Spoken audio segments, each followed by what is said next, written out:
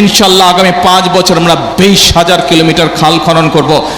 বাংলাদেশের মানুষ রায় দিয়ে দিয়েছে যে দেশের মানুষ কাদেরকে দেশের দায়িত্ব আগামী 5 বছর দিতে চায়।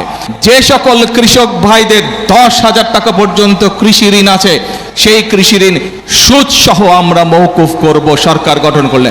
ইনশাআল্লাহ আল্লাহর রহমতে আপনাদের দোয়ায় সেই কাজটিও আমরা সরকার গঠনের প্রথম 10 দিনের মধ্যে ইনশাআল্লাহ সম্পন্ন করেছি। প্রিয় বগুড়াবাসী, আসসালামু আলাইকুম, কেমন আছেন?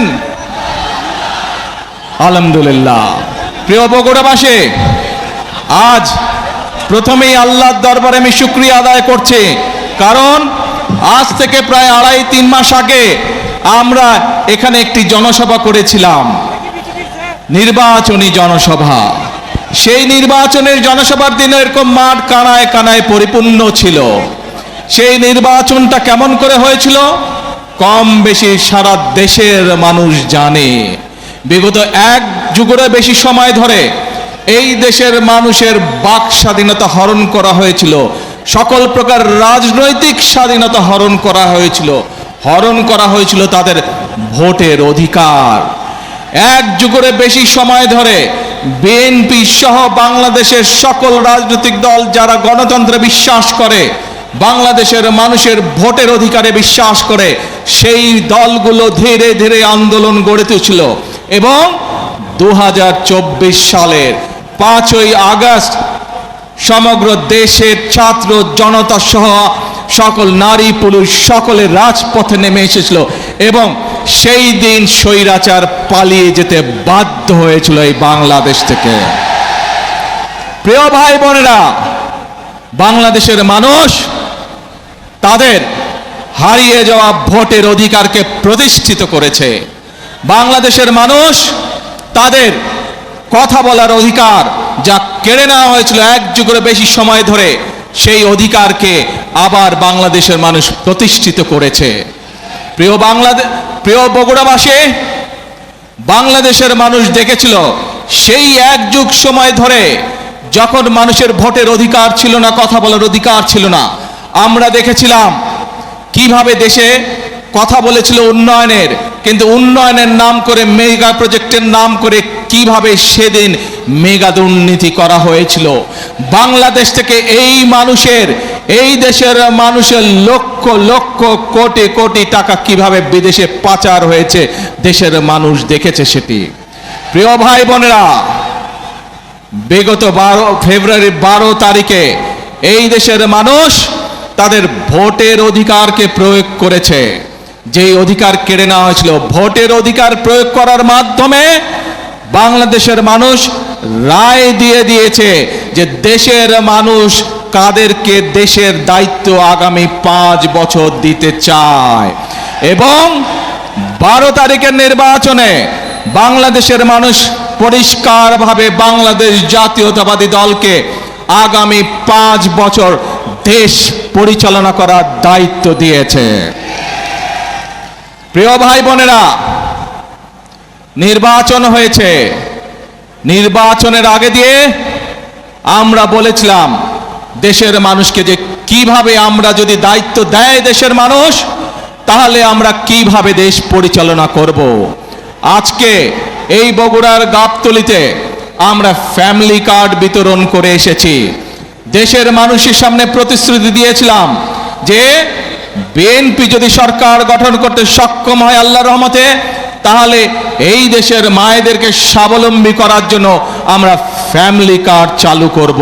সেই প্রতিশ্রুতির কাজ, আমরা প্রতিশ্রুতি বাস্তবায়নের কাজ সরকার গঠন করার সাথে সাথে আমরা শুরু করেছি। প্রিয় ভাই বোনেরা, শুধু তাই নয়, এইখানে এই মঞ্চে দাঁড়িয়ে আমি বলেছিলাম আপনাদের এরকম হাজার হাজার মানুষের সামনে আমি বলেছিলাম বিএনপি যদি সরকার গঠন করতে সক্ষম হয় তাহলে আমরা দেশের কৃষক ভাইদের পাশে দাঁড়াবো এবং কৃষক ভাইদেরকে, মা বোনদেরকে যেমন ফ্যামিলি কার্ড দেব, কৃষক ভাইদেরকে আমরা কৃষক কার্ড পৌঁছে দেব।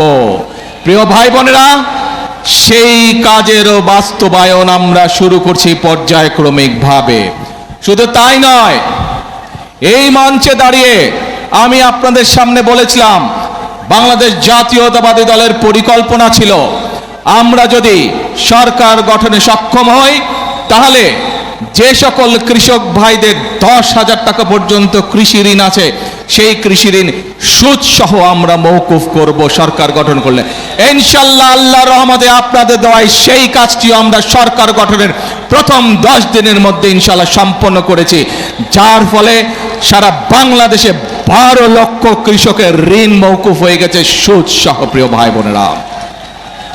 ভাই বোনেরা, এই যে পাশে বায়তুল হাফিজ জামে মসজিদ, আমরা এই মঞ্চে দাঁড়িয়ে আমি আপনাদের সামনে বলেছিলাম বাংলাদেশ জাতীয়তাবাদী দল বাংলাদেশের মানুষের কাছে প্রতিশ্রুতি দিয়েছে যে সরকার গঠন করতে আমরা সক্ষম হলে পরে এই যে মসজিদ বলেন, এতিমখানা বলেন, এখানে ইমাম সাহেব আছেন, মুয়াজ্জিন সাহেব আছেন, খতিব সাহেব আছেন সহ অন্যান্য ধর্মের যে ধর্মীয় গুরুরা আছেন, তাদের জন্য আমরা সরকারের পক্ষ থেকে সম্মানের ব্যবস্থা করব যাতে এই মানুষগুলো একটু আত্মসম্মান নিয়ে বেঁচে থাকতে পারে।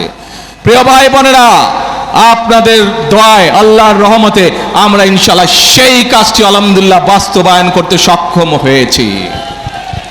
প্রিয় ভাই বোনেরা, আপনাদেরকে আমরা বলেছিলাম, দেশের মানুষকে বলেছিলাম যে আমরা এই বগুড়ার সন্তান শহীদ রাষ্ট্রপতি জিয়াউর রহমান তার একটি বিখ্যাত কর্মসূচি খাল খনন কর্মসূচি আমরা শুরু করব, কারণ আমরা দেখেছি বর্ষার সময় যে খালগুলো নদীগুলো ভরাট হয়ে যাওয়ার কারণে কিভাবে বর্ষার সময় অনেক এলাকা প্লাবিত হয়, কিভাবে গ্রামের মানুষ শহরের মানুষ সকলে কষ্ট পায়, সম্পদ নষ্ট হয়, গবাদি পশু নষ্ট হয়, ফসল নষ্ট হয়। এই সমস্যার সমাধান করতে হবে।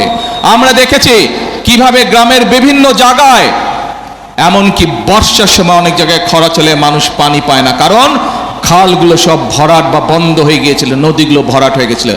আমরা সেজন্য বলেছিলাম ইনশাআল্লাহ আগামী 5 বছর আমরা 20,000 কিলোমিটার খাল খনন করব।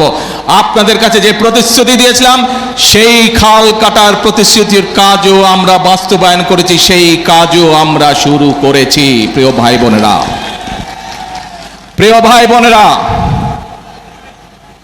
বিএনপি আপনাদেরকে যে কথা দিয়েছিল পর্যায়ক্রমিকভাবে আমরা প্রত্যেকটি কাজ শুরু করেছি।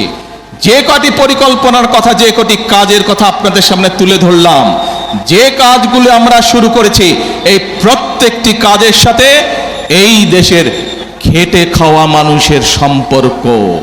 এই কাজগুলো যাতে আমরা বাস্তবায়ন করতে পারি তাহলে এই দেশের খেটে খাওয়া মানুষ উপকৃত হবে। তাই কি মনে করেন আপনারা? ফ্যামিলি কার্ড, কৃষক কার্ড, ইমাম মুয়াজ্জিন সাহেবদের সম্মানী সহ খাল খনন কর্মসূচি, বৃক্ষরোপণ, এই কাজগুলো যদি আমরা করতে পারি তাহলে কি বাংলাদেশের সাধারণ মানুষ, খেটে খাওয়া মানুষ উপকৃত হবে না?